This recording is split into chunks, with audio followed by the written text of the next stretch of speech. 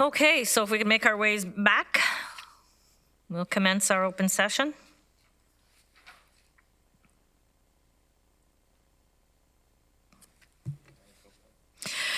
Well then, welcome to our electronic committee of the whole meeting on December 7th of 2021. Due to COVID-19 pandemic, Regional Council is practicing physical distancing. Chair Redmond and I are in council chambers, and I'll look to Mr. Short to conduct a roll call. Thank you. Chair Redmond. Present. Councillor Armstrong. Present. Councillor Clark. Present. Councillor Erb. Present. Councillor Foxton. Present. Councillor Galloway. Present. Councillor Harris. Present. Councillor Jaworski. Present. Councillor Jowett. Present. Councillor Kiefer. Present. Councillor McGarry. Present. Councillor Nowak. Present. Councillor Shantz. Councillor Strickland. Councillor Rubanovic. Present. And we have regrets from Councillor Renz. Thank you. Thank you so much. So we are now looking for a motion to reconvene into open session, please. Moved by Councillor McGarry, seconded by Councillor Foxton. Can you use your icons, please? I won't tell you which color. And that is carried. Thank you so much, everyone. Okay, so we'll commence. I would like to acknowledge that the land on which we gather virtually today is the traditional territory of the Haudenosaunee, Anishinaabe, and Neutral people. We acknowledge the enduring presence of the Indigenous people with whom we share this land today, their achievements, their contributions to our community. I look upon the Zoom room now for any declarations of pecuniary interest.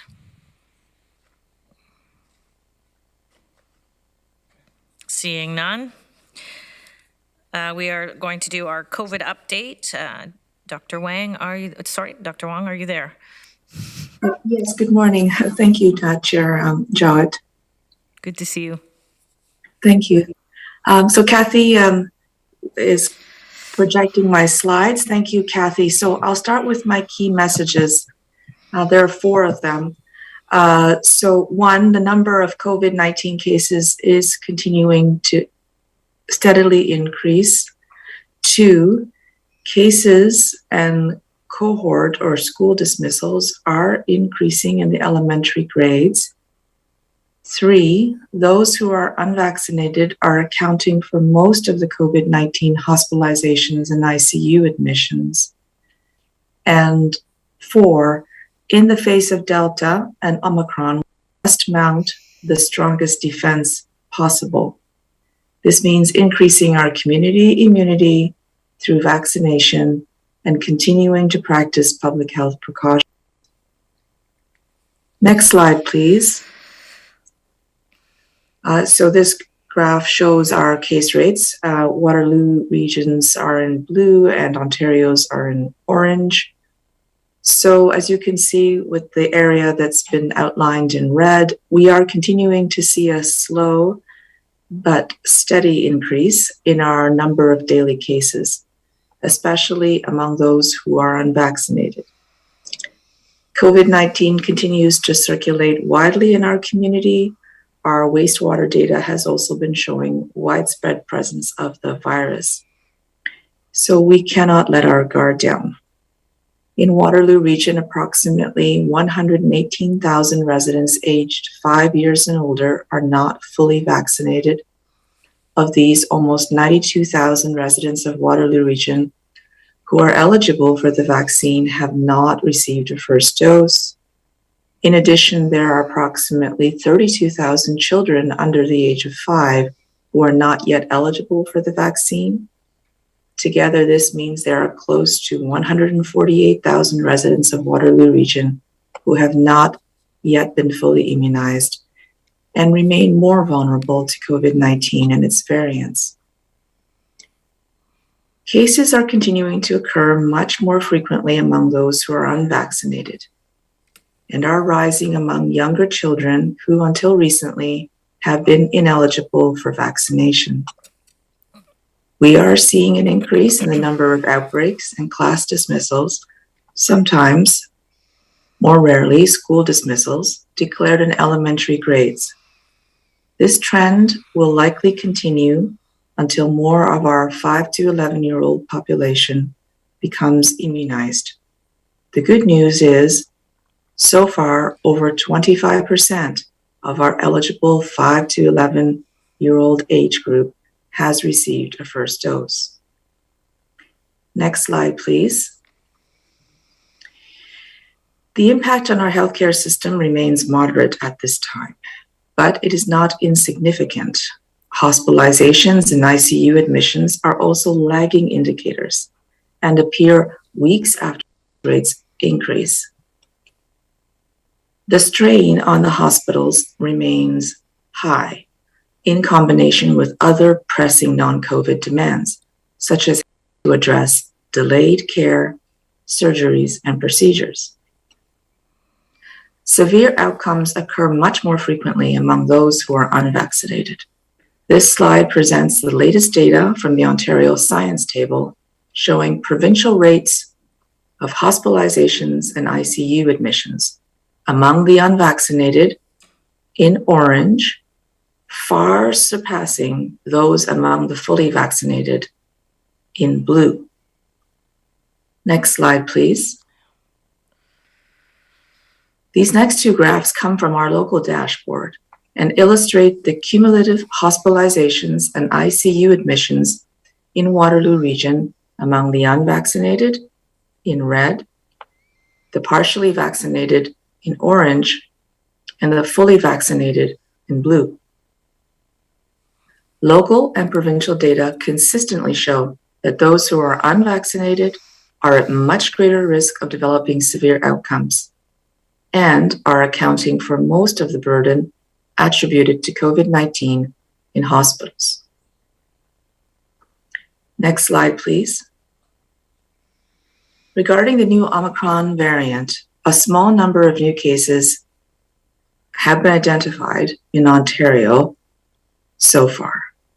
I expect to hear cases identified in Waterloo region at any time.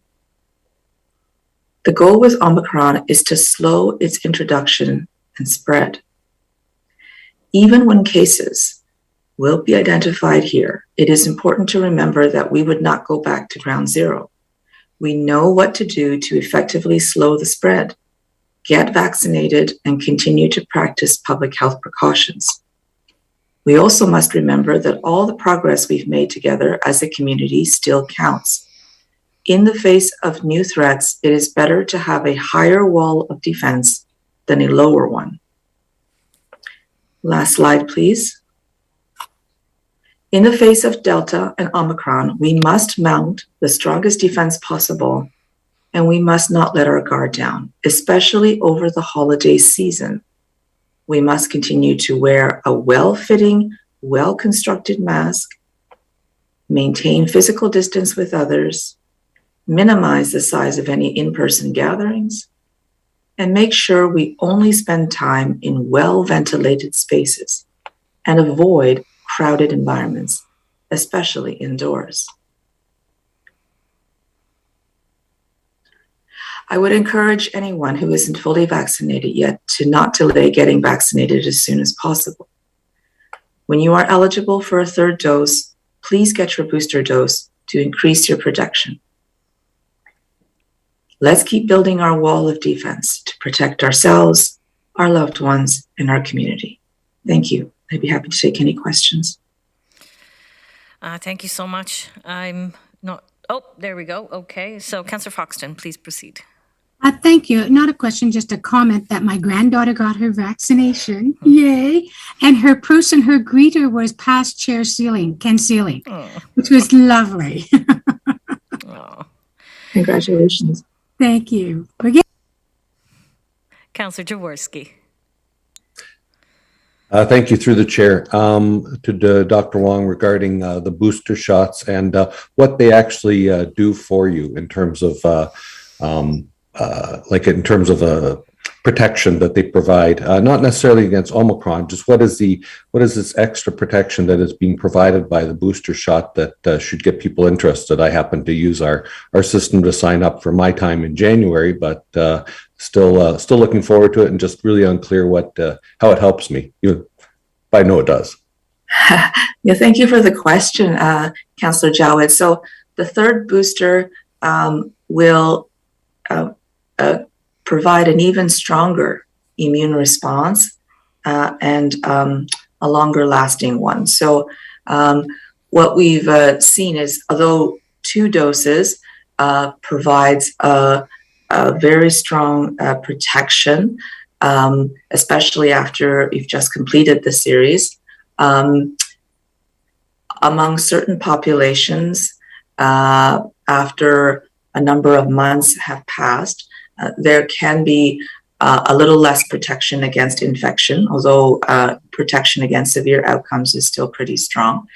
And so the National Expert Body on Immunizations, called NACI, they've taken a look at that, and they've seen that certain populations now qualified as those that are 50 and older would benefit a third dose, in that it would increase the strength of the immune response and the duration of the immune response in those people in whom it's recommended. So the takeaway really is, having gotten 2 doses is excellent. You've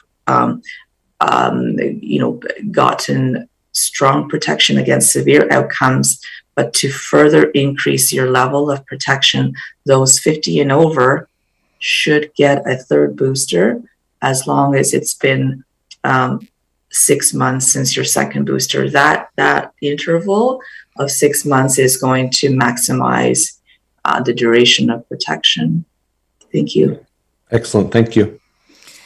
Thank you. Councillor McGarry. Thank you, Chair, and through you, Dr. Wang. Councillor Jaworski actually asked a couple of my questions. I just wanted to clarify if you knew when the vaccinations for over 50 will be available. Thank you. So provincially, across Ontario, it will start to become available as early as Monday, December the 13th. It is a provincial rollout that is starting everywhere at the same time. Thank you. Councillor Galway. Thank you, Madam Chair. And Dr. Wang, it's really quite obvious from the data that you presented, it's pretty overwhelming that the unvaccinated are really kind of driving the continuance, to some extent at least, of the pandemic, and the need for a lot of the measures and still some of the restrictions. Are you aware if the province is contemplating, particularly now with Omicron and a Delta still, of course, still being the primary variant, but Omicron coming in? Are you aware that the province or Health Canada maybe is contemplating any further vaccine mandates? To try to again stay ahead of the curve as best we can? I'm not aware of any changes that the province is planning to introduce, but I'm aware that the Chief Medical Officer of Health Ontario is actually going to have 2 updates this week instead of just 1. Normally he has an update every Thursday, but he's also going to be, as we understand from media, providing an update today.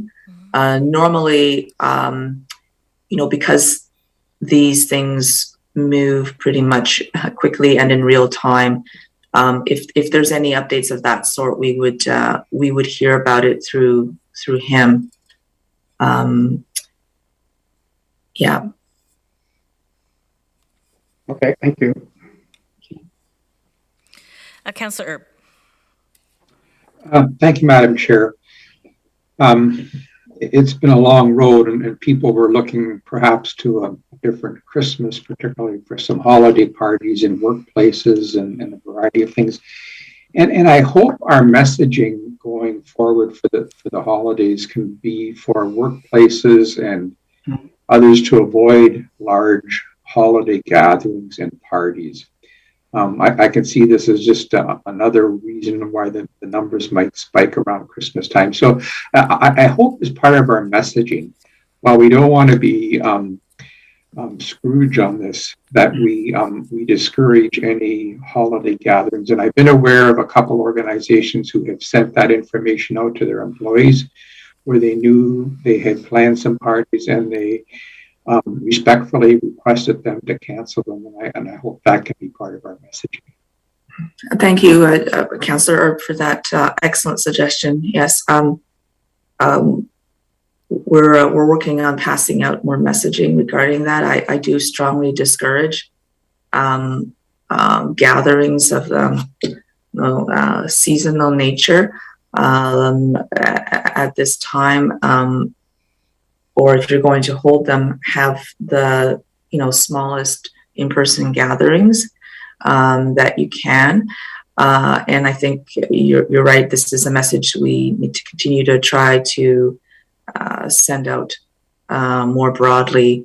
And I recognize it's not the message that people were hoping to hear, because I think many people were hoping to be able to finally get together with colleagues and friends and family this year in greater numbers than before, which is completely understandable.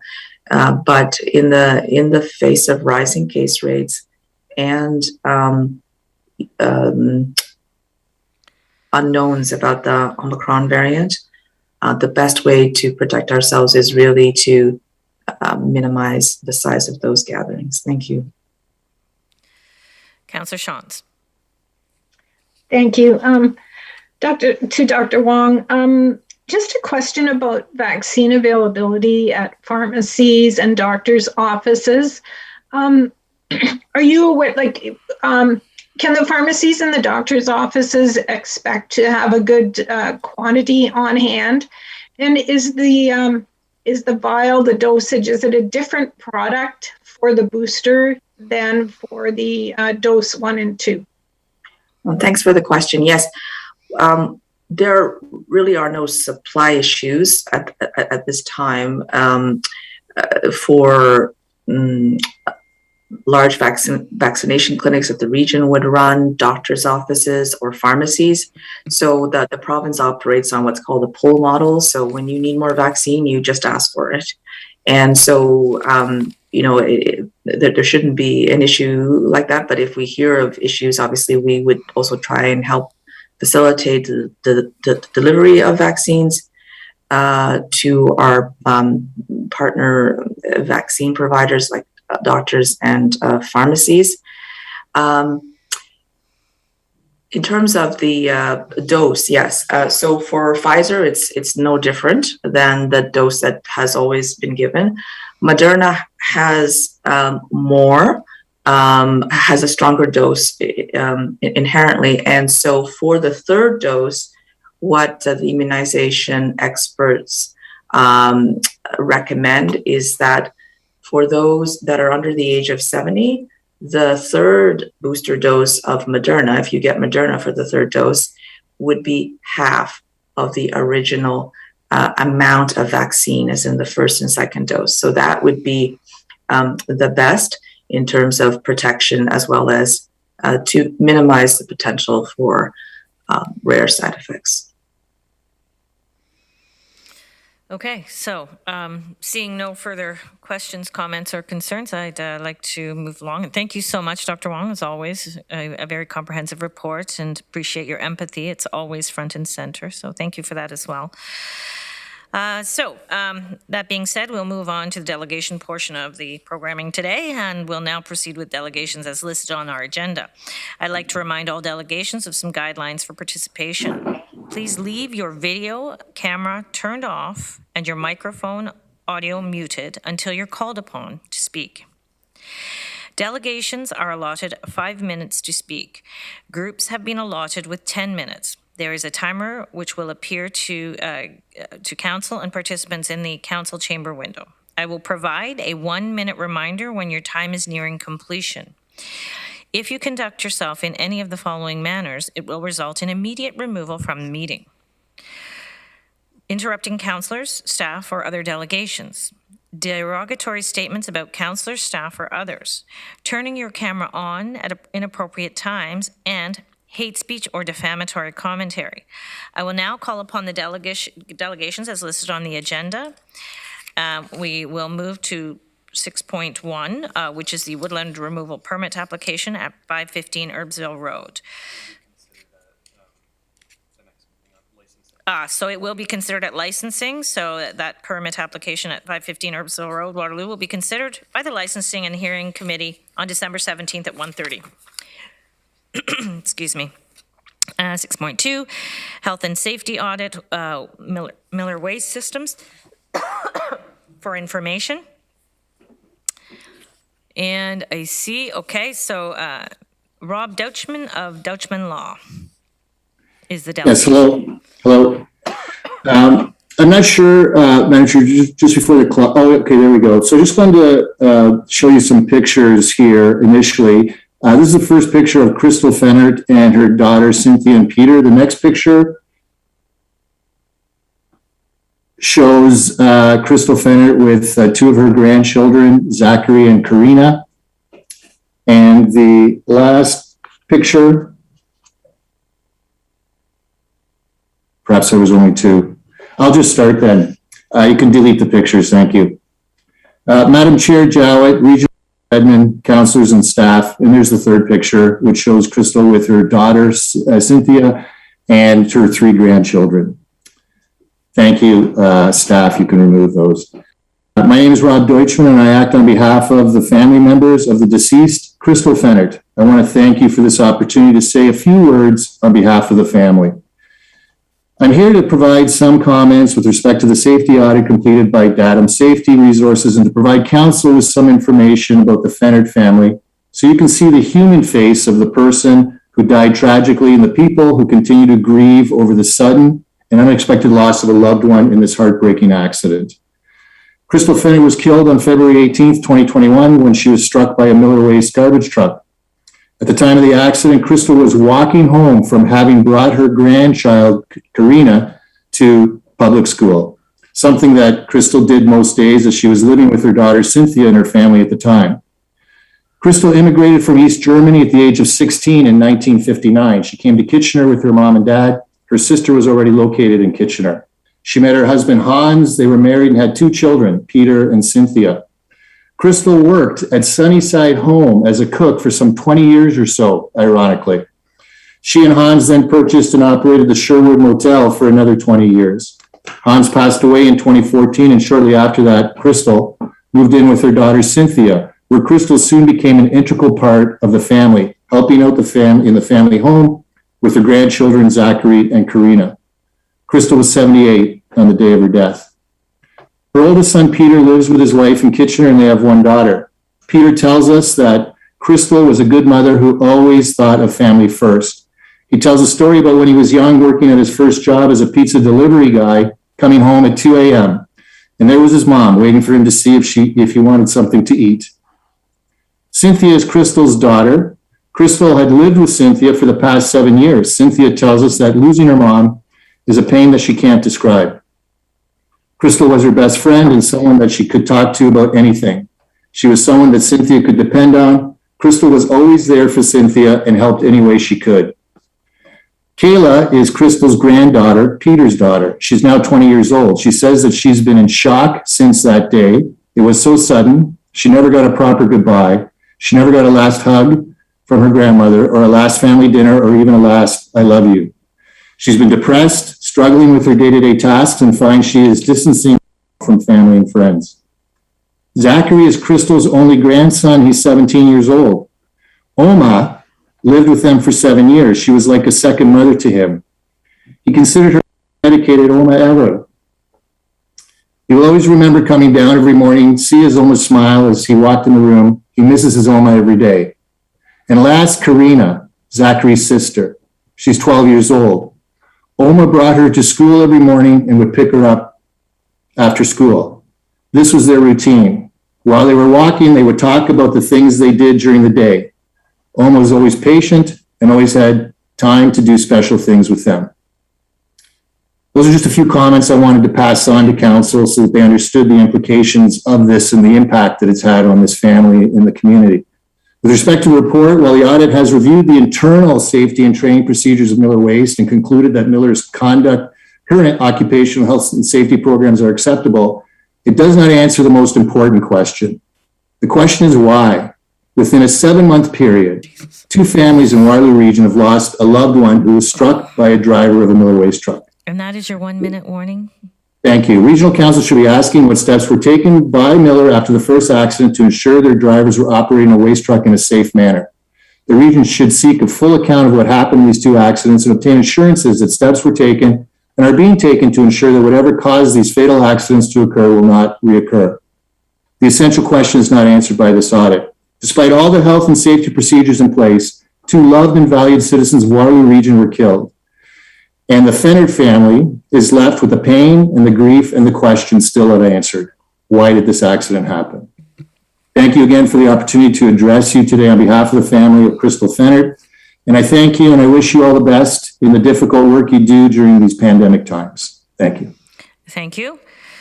And I'm seeing no questions. So at this particular time, we will move to item 6.3. And I'm looking for Isabella Stefanoski. Are you there, Isabella? Wonderful. Welcome.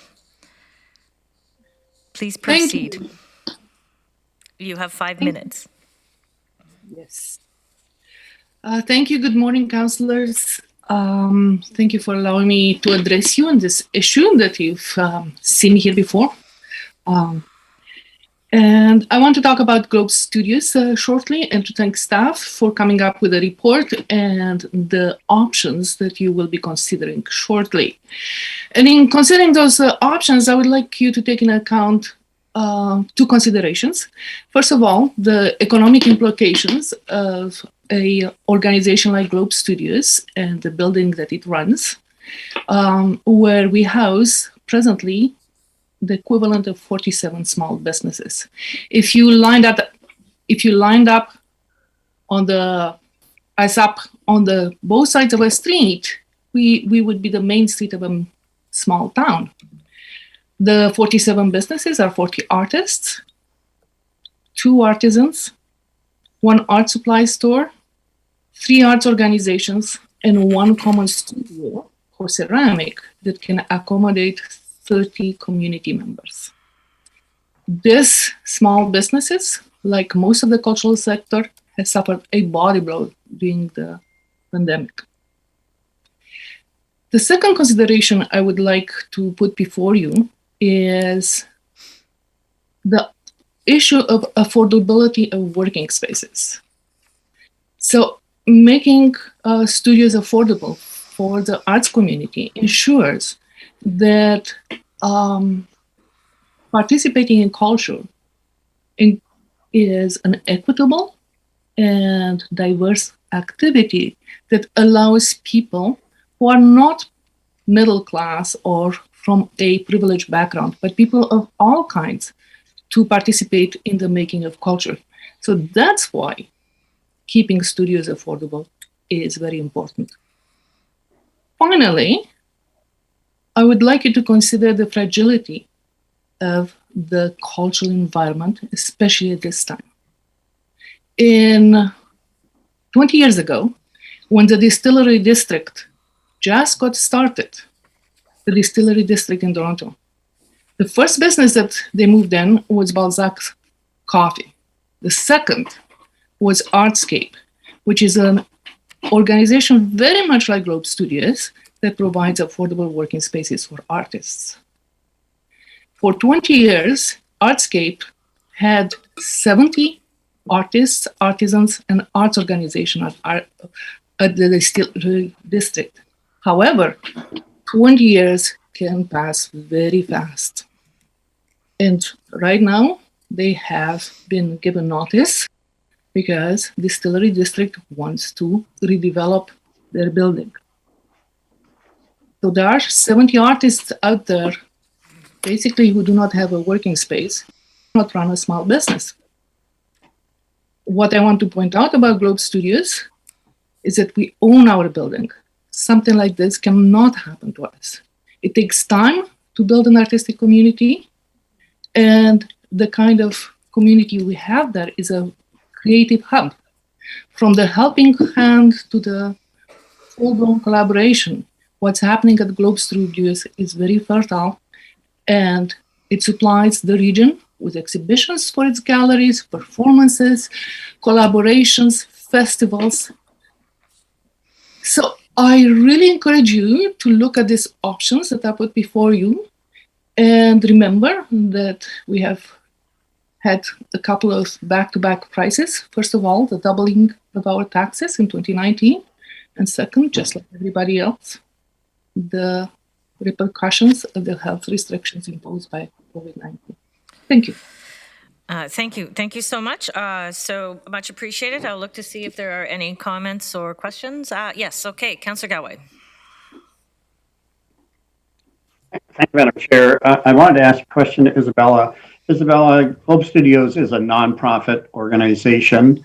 Are there any other nonprofit organizations like yours in Waterloo Region where they own a property such as the Globe Studios and then leases or rents them out to members of the arts community? No, we are the only not-for-profit organization run by a volunteer board in the region who owns its own premises. Okay, so yeah, thanks for that. I just wanted to make sure that this is a unique situation that we're dealing with. Thanks, Madam Chair. I do have some comments when you're ready for those. So I'm going to ask you to go ahead and proceed, Councillor Galway, as I see no other hands up at this time. Okay, thanks, Madam Chair. As I indicated to members of committee yesterday, I was going to propose in response to today's report. I want to thank staff for the report that we asked for a few months ago to deal with this particular situation. As indicated, the Globe Studios is a unique situation in our region as far as we know, where a nonprofit organization owns and operates a building and leases it out to quite a large number of artists and artisans, and provides a really valued asset for our community. And I would remind, of course, Council, we do support the arts in significant ways, and is certainly part of our strategic plan as well to do so. It seems to me that it's a unique situation. It's a situation that is quite innovative, this nonprofit organization to do this, and whereas if it was in a city-owned building, the property would be tax exempt, but because it's owned by a nonprofit organization, the taxes apply. And we do have other buildings in the community that are owned by municipalities and are tax exempt and are rented out to artists, artisans. And it just seems somewhat unfair that given the nature of this organization and the good work that they're doing, that they're having to take care of taxes as well. I'm not suggesting that it should be tax exempt completely, because there are obviously people working in the Globe Studios that are doing this as a living and as a business. And should be contributing. But I believe that we should be looking at option C, which is to create a subclass. How we define that subclass and to what extent the exemptions would exist. It would not necessarily be totally tax exempt. It could well be, some percentage tax exempt. We can define that. And the taxes that would be exempted, of course, would be attributed to all other properties in the communities, the same as occurs in other exemptions. So it's not a loss of revenue to the municipalities. It's just it's distributed over all other properties in the region. So, Madam Chair, I would like to, there's two things. The first motion would be to ask or direct staff to proceed with the subclass option C. The second item I would like to suggest and provide a recommendation for is to provide some temporary relief on a one-time basis for about 50% of the property taxes. It's not a total exemption of $20,000 that would come on a one-time basis from the Tax Stabilization Reserve Fund. So, Madam Chair, I would make those two motions. I did not arrange someone to second them, but hoping that somebody would second, and they can be taken separately, of course. So I am being told by clerks that we do have to take them separately. Can we just take a moment so that they can be put up on the screen, Councillor Galway? That's fine. We'll take a moment. Madam Chair, I will second.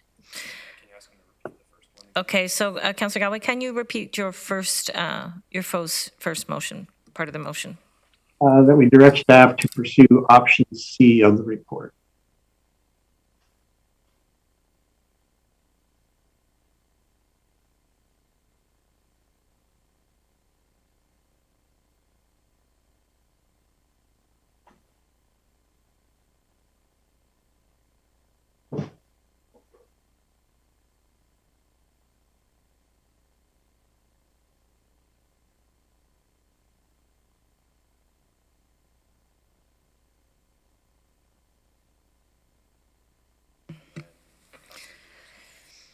Okay, so that motion's on the floor, seconded by Councillor Foxton, and I'm looking to Councillor Jaworski. Do you have some input here?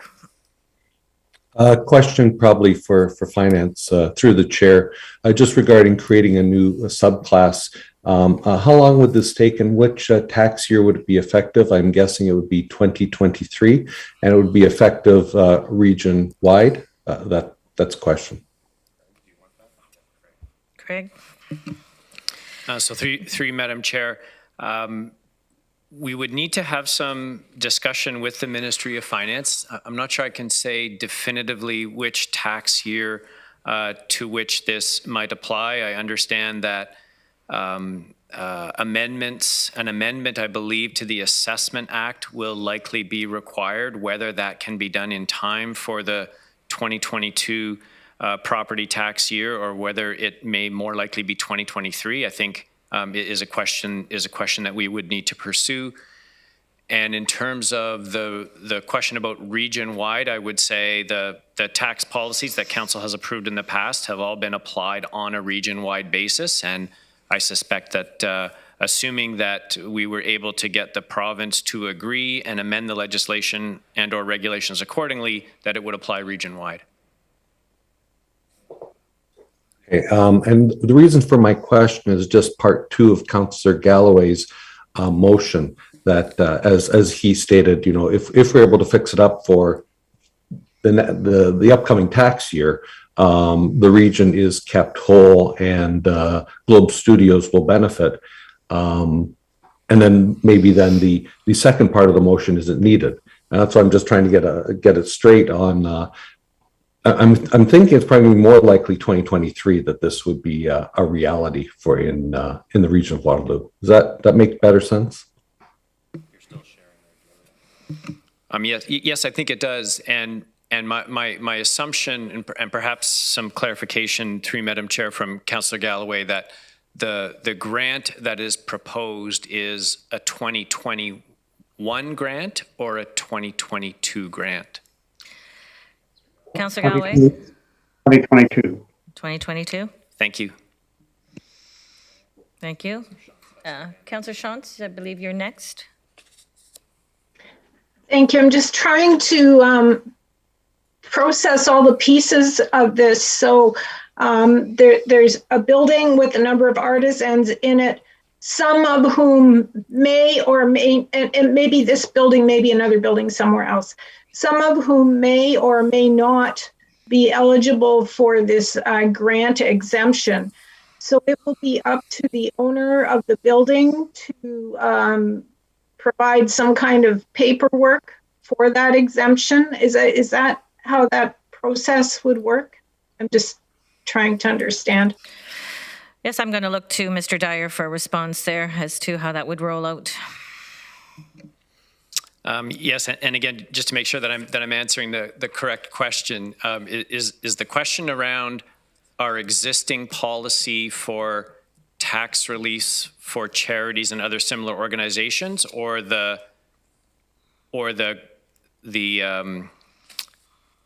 proposed option C as moved by Councillor Galloway? My question, I think, was for proposed option C, but should it be on the current process? Is there some? I feel like I'm missing something. Okay, maybe I'll try. I'll try with our existing policy. So the region has had for many years, since the late 1990s, a policy for tax reductions tax relief for charities and other similar organizations. This is a policy that's been required by the Municipal Act since the tax reform days of the late 1990s. I think at the time we all thought that this would be a transitional provision that would disappear after a short time. That has not happened. It continues to be reflected in the Municipal Act. And so I think to partially answer Councillor Chant's question, it is possible that there are tenants within the Globe Studios building that meet the requirements for either the charitable reduction or what we refer to as the other similar organizations. And each of those organizations, if so compelled, could apply to their local municipality for a review of their circumstances and to determine eligibility under the existing policy. With respect to option C, so option C is a very different approach. Option C would basically establish a new subclass of properties that would have to be clearly defined so as to ensure eligibility, and we would communicate and work with MPAC to place the eligible properties in that subclass. And being in that subclass then allows regional council to establish a lower tax rate for those properties. It's not an exemption, but it would allow for properties that meet those requirements to be taxed at a lower rate. I hope that makes sense. That does make sense. That was helpful. So if a facility is deemed to be in that new classification, then it really doesn't matter to us who's in that facility, because the facility itself has already made that determination, I guess, at some point. Yes, through you, Madam Chair. I think depending on how eligibility is determined, it's hard for me to speculate right now, again, whether it would be the owner, in this case, Globe Studios, or whether it would be on a tenant-by-tenant basis. That is something that we would have to work out with the province as we go through a process to look to establish a subclass. Okay, thank you, Madam Chair. I didn't want to get too much in the weeds, but that helps me understand. Okay, no problem at all. Councillor Clark. Thanks. Also, just struggling to understand. Why is our existing policy for charities not applicable here if Globe Studios is in fact, well, I understand they're not for profit. Do they need to be a registered charity as well? I guess I'm asking, is there a reason that we wouldn't simply extend that to all organizations with the right status? Why do we need to have a separate classification for arts facilities? Yeah, it's a very good question. I don't think it's necessary that a separate subclass be established. I think we set out in the options that one of those options available would be to amend the policy that's in place right now. The challenge with Globe Studios is that they don't occupy the property. And following the language that's in the Municipal Act, and maybe it's a technicality, again, for something that was put together 25 years ago, Globe Studios doesn't occupy the property. It's the tenants that occupy the property. And so the tenants are potentially eligible, but Globe Studios is not. And as we've indicated in the report, the property taxes, while billed to Globe Studios, are then recovered from each of the tenants in proportion to the square footage that they occupy. So, Councillor Galloway, would you like to respond to that? Well, thanks, Madam Chair. Yes, I think the beauty of the subclass is that the municipalities, the lower tier and the upper tier, are kept whole. The other grant program, as I understand, we have to budget for, and so there's a cost to those grant programs. But the subclass, the beauty is that we're kept whole. So, and we can define the subclass as we see fit. My expectation, at least at this point in time, is the subclass would be very tightly defined to only allow for Globe Studios. But if council felt in its wisdom it wanted to offer the same kind of relief to other types of artist studios or similar types of facilities, of course, when we get to that point, we could discuss it. But at this point in time, I'm only concerned about this rather unique situation with Globe Studios and that we can keep the lower tier, in this case Kitchener, and the region whole. Most of these artists and certain Globe Studios cannot qualify to be charities, and therefore are very unlikely to be able to take advantage of the grant program. I don't really think that particular option is really that it might be possible in one or two cases, I don't know, but in Globe Studios' case, they're not eligible to become a charity. They're nonprofit, but the requirements to become a charity, of course, are different. So I think option C is still the best way to go. Madam Chair, thanks. So I appreciate that. Perhaps this process change sounds like it might require some more time. I'm not 100% sure. I'll look to Chair Redmond. Would you like to vet in here? I just would like to make the observation that I think Councillor Shantz actually hit on the dilemma for me, and that is that this would be a benefit that is passed on to the tenants rather than Globe Studios. So I think it is quite a unique situation. I do support option C, and I do think it probably will take a while to flesh out, because I can see other community groups. I think very much of the Indigenous creators. I think of the Black and racialized groups, and this may be an option that they would look to. So I like the fact that it would expand and be open to all. And I guess the only other observation I would make is the comment has been made to keep the region or the area municipality whole. I'd like to know what all area municipalities are doing in these situations.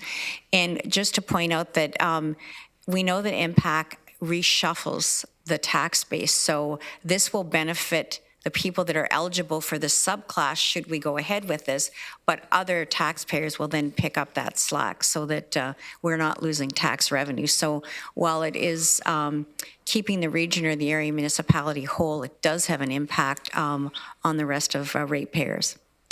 That's much appreciated. I also had written down notwithstanding other area municipalities. And once we do something like this in response, it doesn't necessarily mean that our policy gets carried throughout the area municipality. So I'd like to think we'd have a game plan for equalizing sort of the advantage to other or similar organizations. I think that's what you're saying as well, Chair Redmond. So I'm looking to see if anybody would like to take this information after all of this debate and discussion and perhaps look at a deferral and a staff report that can speak to some of the nuances that seem to have arisen through the debate and discussion. Does that make sense?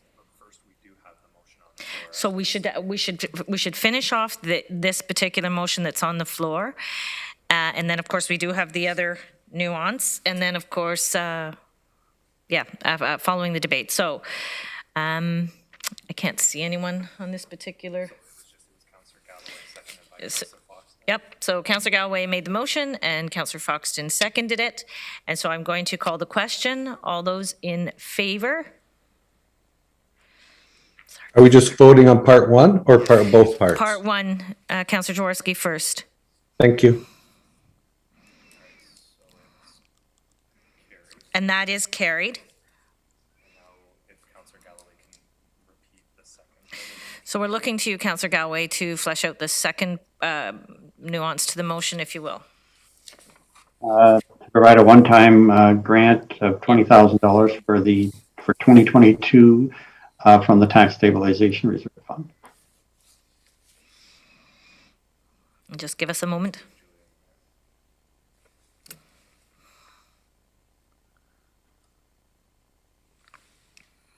Okay. Do you want to speak? Okay, so we're going to ask Chair Redmond to vet in while Julie's preparing.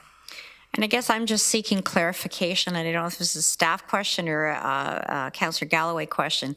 We're talking about a $20,000 grant.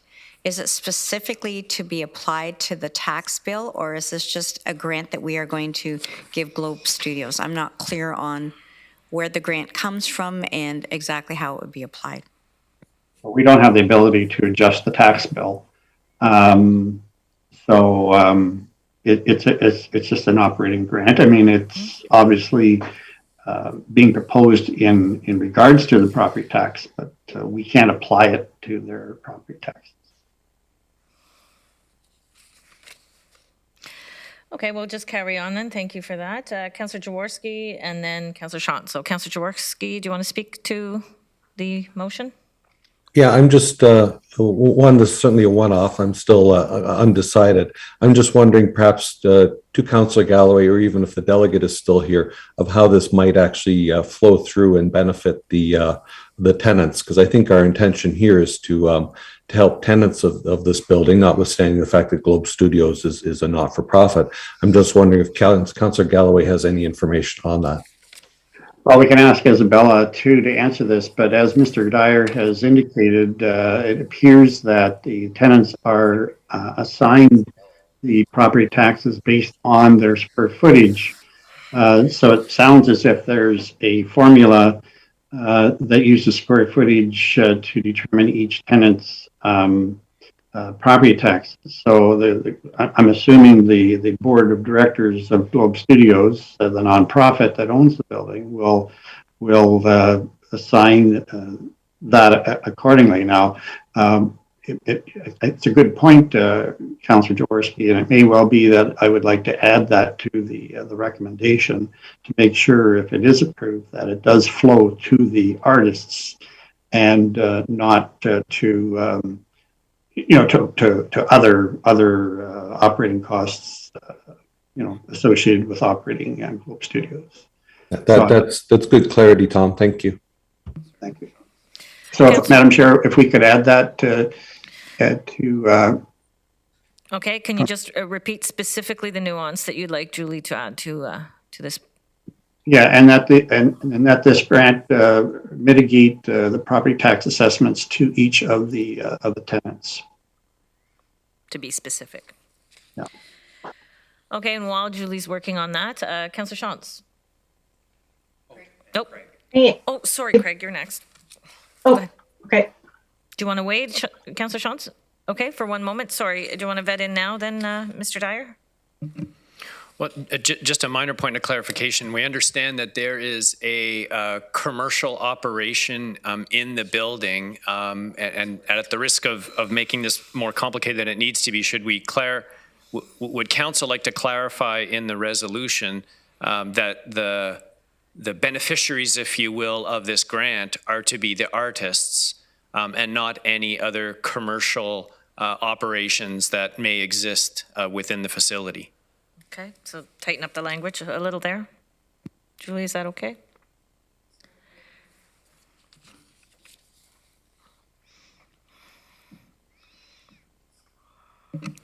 So So I think the motion would be amended to make a reference to the grant be directed to artists occupying space within the Globe Studios facility. Yeah, I'm fine with that. Or something close to that. And so Councillor Galloway has affirmed that that's satisfactory. So we'll let you get that. And then Councillor Shantz, we really mean it this time. You're up. Thank you. I think unless someone can convince me otherwise, I would be inclined to defer this kind of a motion to our budget meeting when we consider grants of all kinds. I would make that motion and see what the rest of council thinks. Okay, Councillor Shantz, we could defer to tomorrow, or is that too soon? So we're talking about grants tomorrow, I'm told, and we all know we already have that, and it seems like there could be a good fit there. And even I see that Mr. Dyer's nodding his head, maybe. So I'm just going to, yes, put that on the floor. Councillor Shantz, I appreciate your thoughts around this. But do I have to finish what I'm doing here, or can I move to this? If she's asking to defer it. Yeah, okay, so we can do that. I just want to make sure procedurally I'm following the right path here. So thank you, Councillor Shantz, and I'm looking for a seconder for your motion on the deferral. I can't see Councillor Nowak. Okay, so Councillor Nowak has seconded that. And so given that it's a deferral, it takes precedence over, okay?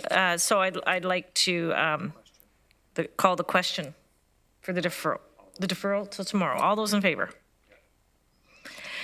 Just give us 1 second. Give us a moment.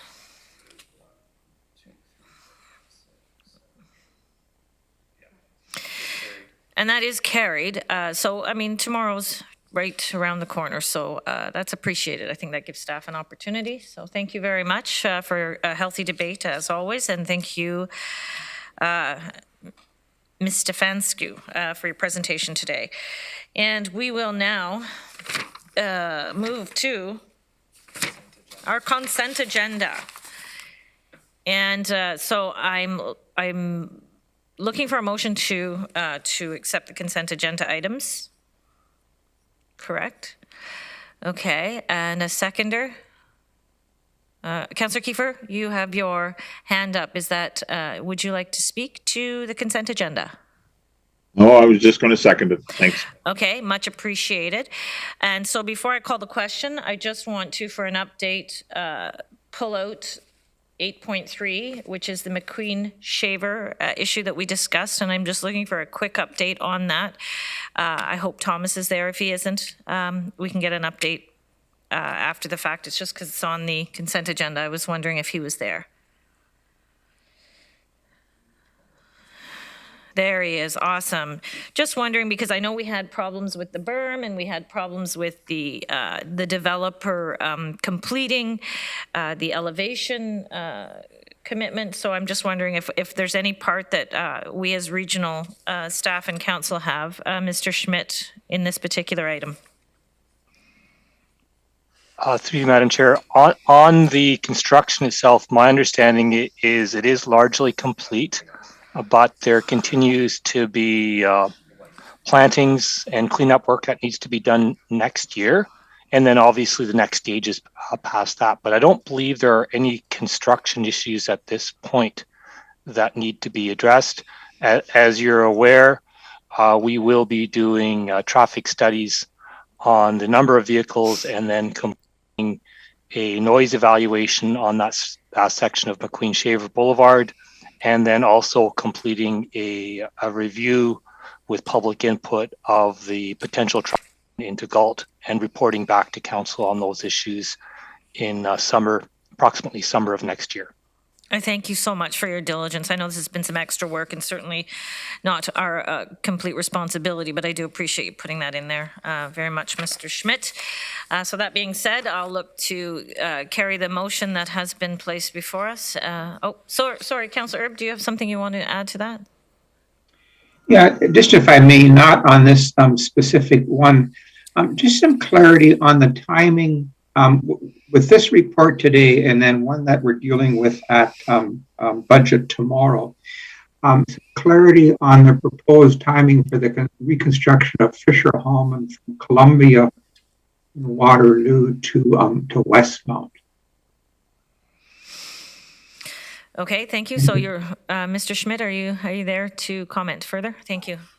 I am, through Madam Chair, I'm going to actually request if either Steve Vandecare or Phil Bauer can speak to the timing of that project. I'm assuming they're on. They are. They're both on. Yes, through you, Chair. Just to clarify, Fisher Hallman from Westmount to Columbia is the question? Yes. I'd have to double check the dates. I believe it's planned for construction in 24 or thereabouts, but I can confirm the planned dates for you. Okay, and we can I can get that information tomorrow then at budget. I was just a little confused with the information that was at budget, and I didn't see it on this report. Thank you. Yes, through you, Mr. Chair, Madam Chair. This report is just describing the active construction that was underway this year, and it's not really describing any future projects. Thank you. Much appreciated. Okay, so I'm going to call that question, or sorry, the motion. You can use your buttons.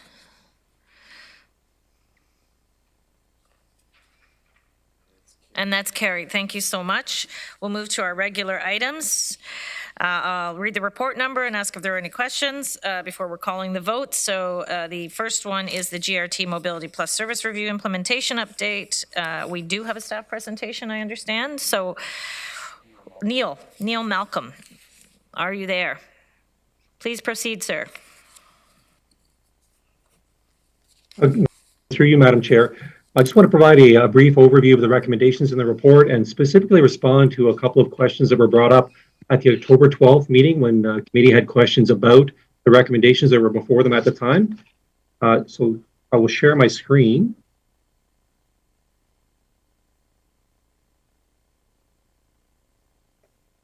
Can everyone see that? Yes, okay, thank you.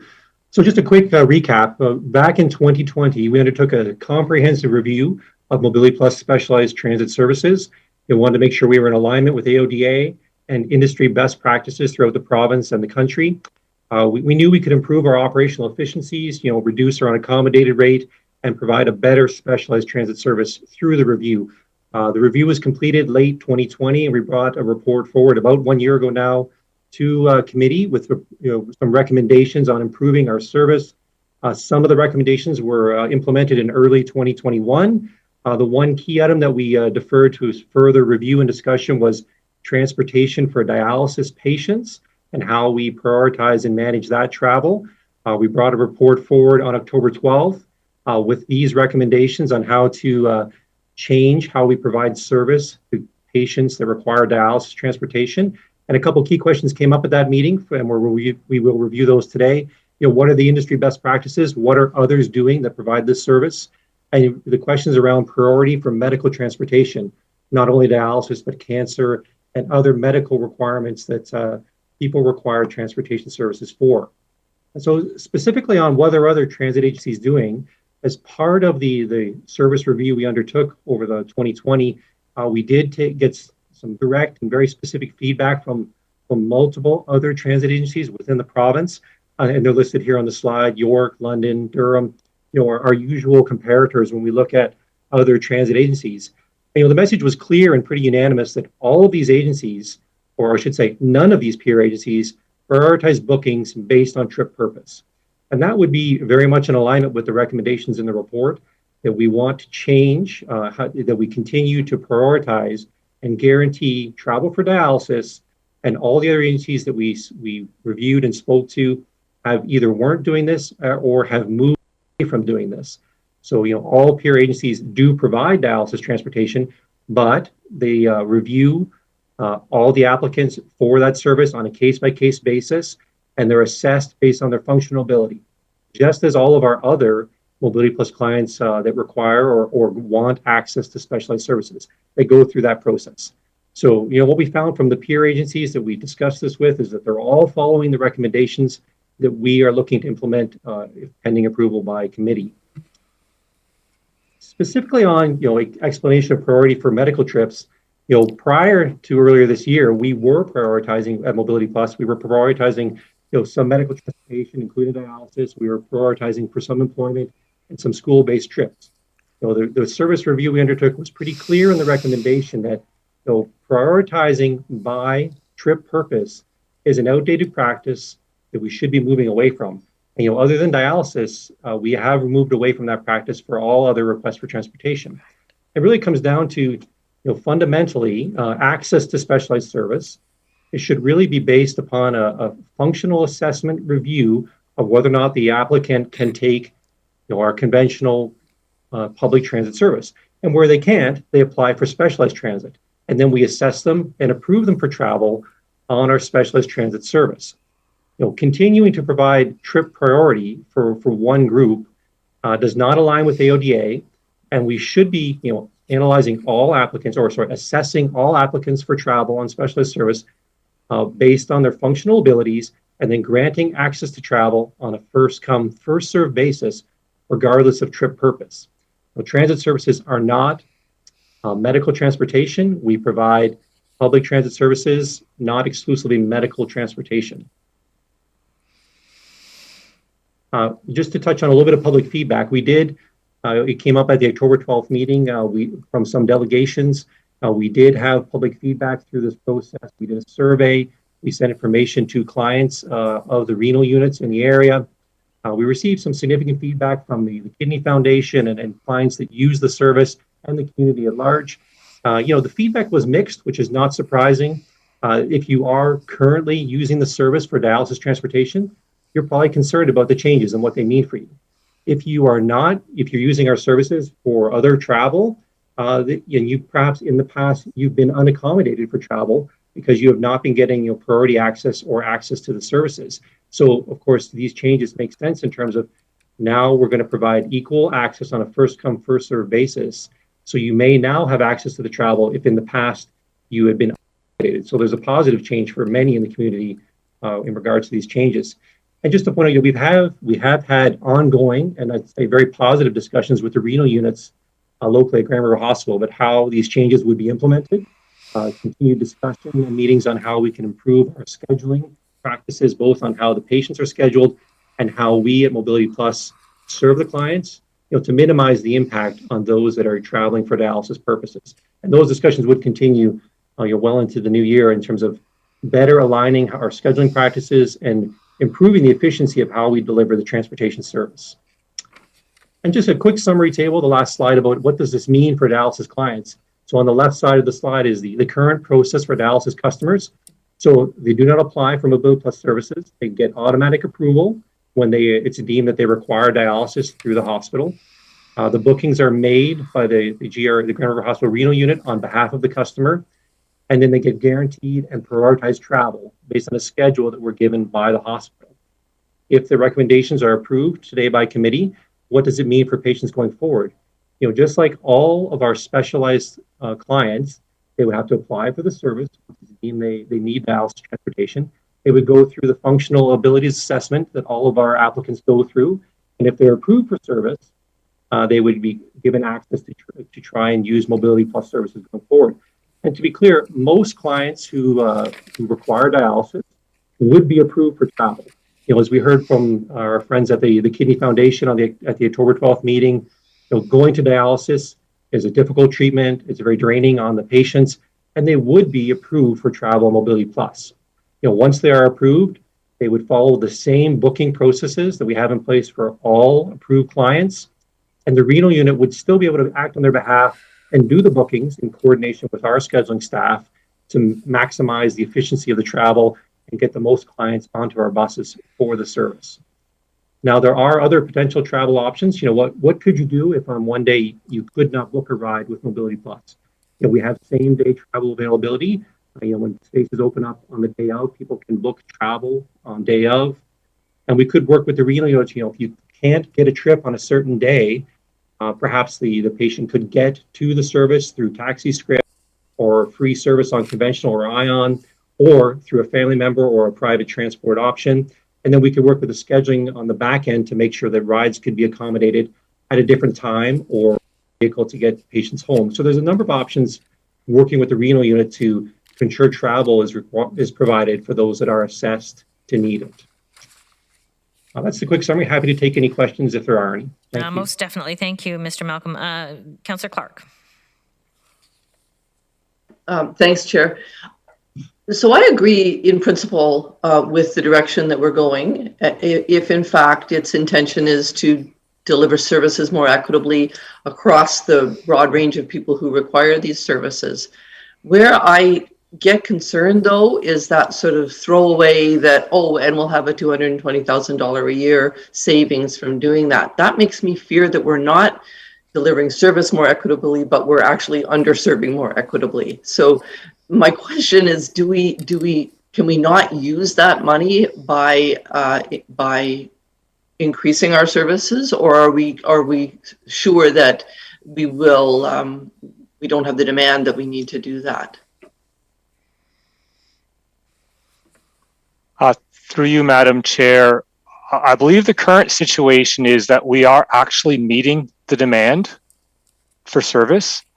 Part of that is likely related to COVID, but we will continue to monitor that. And if we do see changes and we were unable to meet that demand, we would be coming back to council with requests to add that money back in. So I think right now it's a situation that, yes, we're all right now, but that may change through the coming year and then be an issue for budget process next year. Thank you. I appreciate that answer. That makes me feel much better. I certainly don't want it to appear that this exercise is about saving money. Thank you, Councillor Clark. Councillor Kiefer, you're up. Thank you, Madam Chair. I understand the direction that we're intending on going here too, but I do have some concerns in terms of dialysis patients. I do feel that they are a priority, and the thing is, if anybody's ever had any experience with it, I have had in the past with my mother. But the situation, the procedure, the treatment can be and is a life or death situation at times. There's no telling when a patient goes on the dialysis that they won't get into complications or whatever happens to them, and it can take an emergency situation to clear it up. Which brings to mind the question that when we book these trips, are we booking them from time A to time B? Because sometimes time B isn't the finish time. So I'm not sure quite how that's being dealt with, but I do have concerns that this could implicate the dialysis folks more than it should. And as I've said on many occasions before, a satellite clinic of dialysis in the Cambridge Hospital would be of great help and probably alleviate some of the stress on the actual mobility transportation as well. But that's another subject for another day, I guess. So thank you, Councillor Kiefer. It's well noted that you've stated this a couple of times, and we appreciate those comments. Certainly going to look to Councillor McGarry. You're up. Thank you, Madam Chair, and through you, I just had a question regarding some of the dialysis patients and the experience of other jurisdictions that have moved away from the system that we have in place. And just wondering if there's any comments or if there's any data that looks to dialysis patients and the potential or the actual number of times they may have missed their dialysis treatment or have been late for the treatment, which threw everybody else off. I'm just wondering if there's any data on those other jurisdictions. Thank you. Through you, Madam Chair, I'll ask Mr. Malcolm to respond to that. But I will also note that we're trying to be very cautious with what we say today. The reality is we believe that I'm going to say all, and take some risk in that, because we're always going to miss somebody, but we really believe that all of the dialysis patients would qualify for this. and would be able to book appointments and make those appointments. I know I'll probably be held accountable for that, but that is what we really see happening there. We are just trying to be very cautious, because when I say, oh, I know tomorrow something's going to happen, there's going to be a snowstorm, we're going to miss something. So I'll leave it with that and ask Mr. Malcolm to respond to what the experience has been with others. Through you, Chair Jowett, I don't have any data specifically from other agencies on those that are unaccommodated with these changes or implementing this, booking not by trip priority. But I do, as Mr. Schmidt has already outlined, that is certainly our belief that most, if not all, of those that are currently receiving transportation for dialysis services will continue to be assessed to require and will get that service.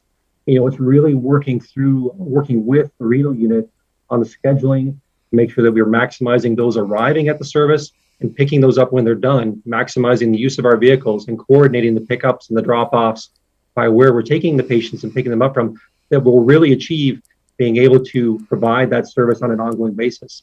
And what we did want to commit to is coming back to committee and reporting on the outcome, every few times a year, ensuring that we report back to say, this was the outcome of the change, and this is those that were unaccommodated, if any, we would be made aware of so we could continue to improve the service.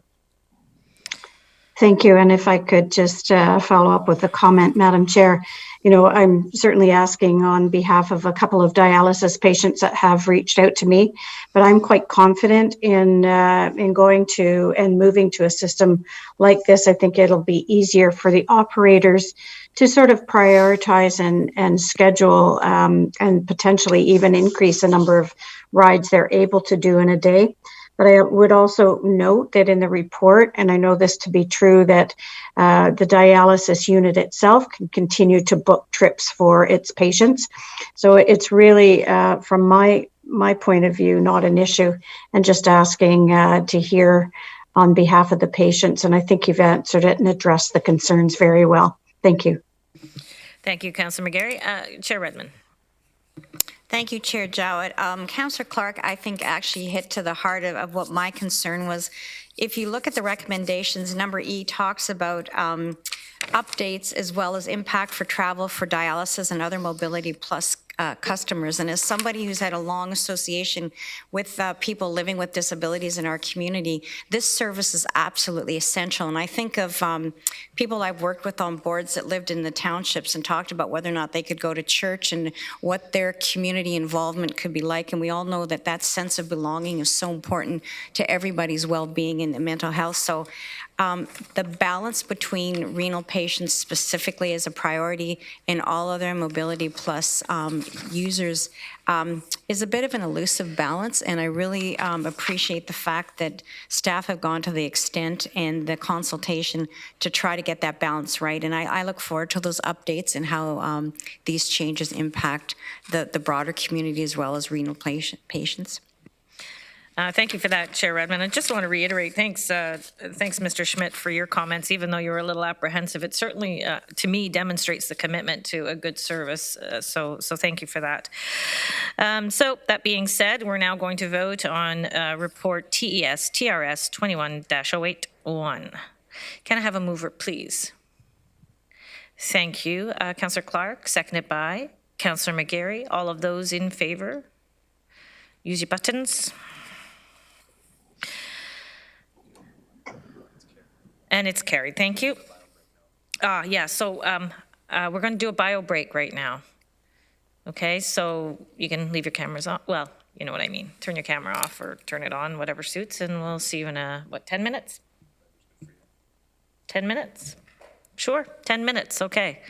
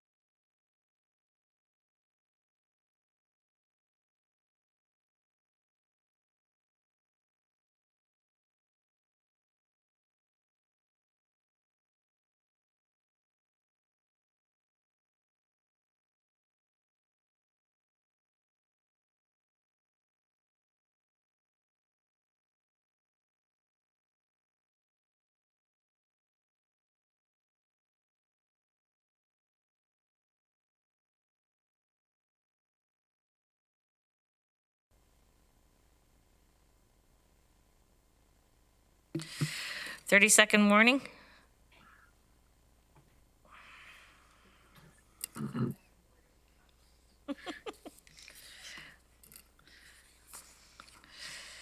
Okay.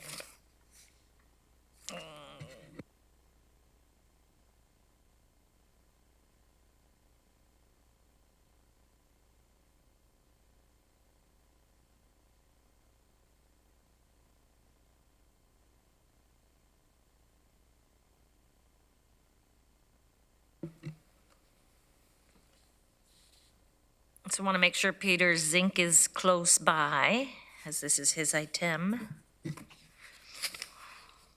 There you are. Hi, Peter. Hello.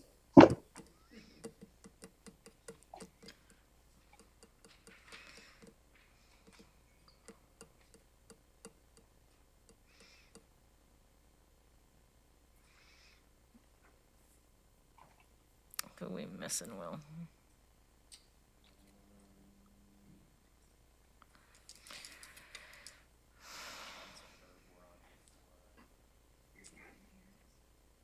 Mm-hmm. Councillor Shantz, Councillor Erb, Councillor Harris. We're not live, are we? And there we go. They're all coming in. We're live now, so FYI. Good. We're good? Okay, so we're good to proceed. Report TES-TRS 21-13-1 is Grand River Transit UPass updates. And I'll allow for questions. Mr. Zink is available. We've confirmed. Do we have any questions? Seeing none, I'll look for a motion to move this report. Councillor Jaworski, sorry about that. Councillor Foxton? You may want to, after the vote, acknowledge it's Peter's last meeting before his retirement. Oh, okay. Okay, we'll do the vote. So, so please go for your buttons. And that is carried. So just in case where are you, Peter? Are you there? Well, we're sad to say this is your last meeting. It's been a pleasure knowing you. I'm pretty sure I'm speaking for all of council when I say we've thoroughly enjoyed working with you. And what are you going to do? What's your retirement look like? Well, thank you, Chair Jowett. Retirement looks like putting my feet up for a little while and then getting into home renovations and hopefully some travel when we're allowed to do that a little more conveniently. So, you know, a little bit of everything. Wonderful. And yeah, thank you. And I'd like to thank council and the region for it's truly been an honor and a privilege to work with this organization. Some great people here, and thank you very much for the last 16 years. It's been wonderful. Appreciate that. Lovely. Okay, so we have a couple of people who want to speak to you. So if you'll just wait for a moment, okay? All right, Chair Redmond, please. So Peter, just to add my voice as chair to say thank you very much. You leave a legacy of leadership and a very demanding role in very good shape. So thank you very much and all the best wishes in the next chapter. Thank you, Chair. Councillor Armstrong. Hello. Thank you, Chair. Peter, thank you for your service all these years. I usually like to provide some insight to people who are retiring. It's known that when people retire, quite often they become more busy than when they were working. And the advice I'd like to give you is that when people ask you to do things, your response should be, I'll do that on my next day off. Thank you for the wise words, Councillor. I can adopt that. Councillor Galway. Well, thanks, Madam Chair. I too want to add my voice of thanks, Peter. You say you're going to go, so I'm assuming that will be by bus or by train.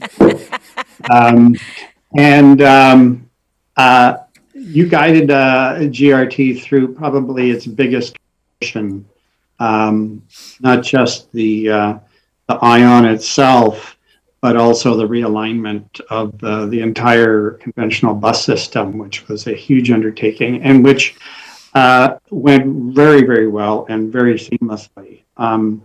given the magnitude of those changes. But not just that, there's been a whole lot of innovation that has taken place. You've gone through some issues as well that weren't as pleasant, but you handled those with great aplomb as well. So congratulations on a job well done, and all the best in your retirement. Thank you, Councillor. Well, I think we've embarrassed you sufficiently. Have we, Peter? You certainly have. I appreciate all the wonderful comments. Thank you, Council. You're welcome. Happy retirement. Okay, so we're on to the next report, 9.3, TES DCS 2128, project approval for line 86 Wallenstein.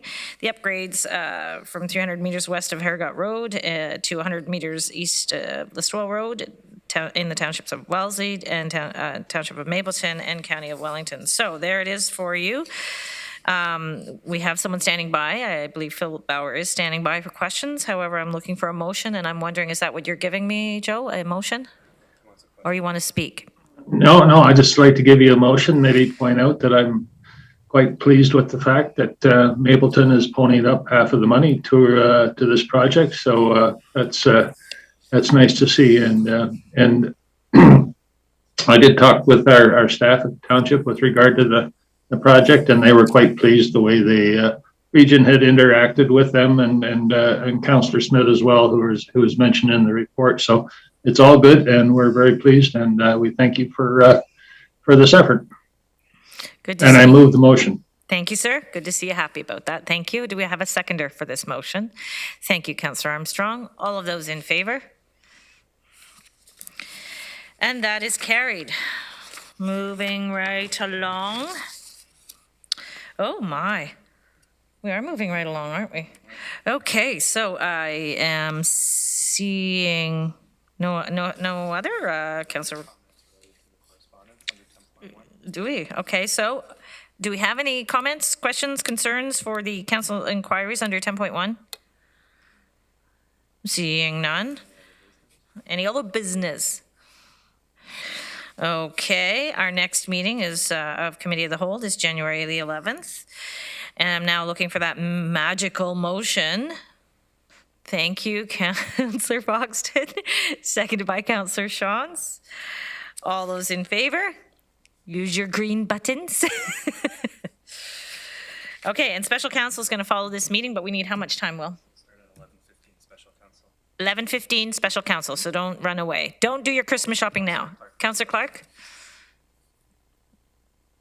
Thanks. Just for the record, I have declared a conflict of interest, indirect pecuniary due to my role with the YW, and I will not be participating in the upcoming special meeting.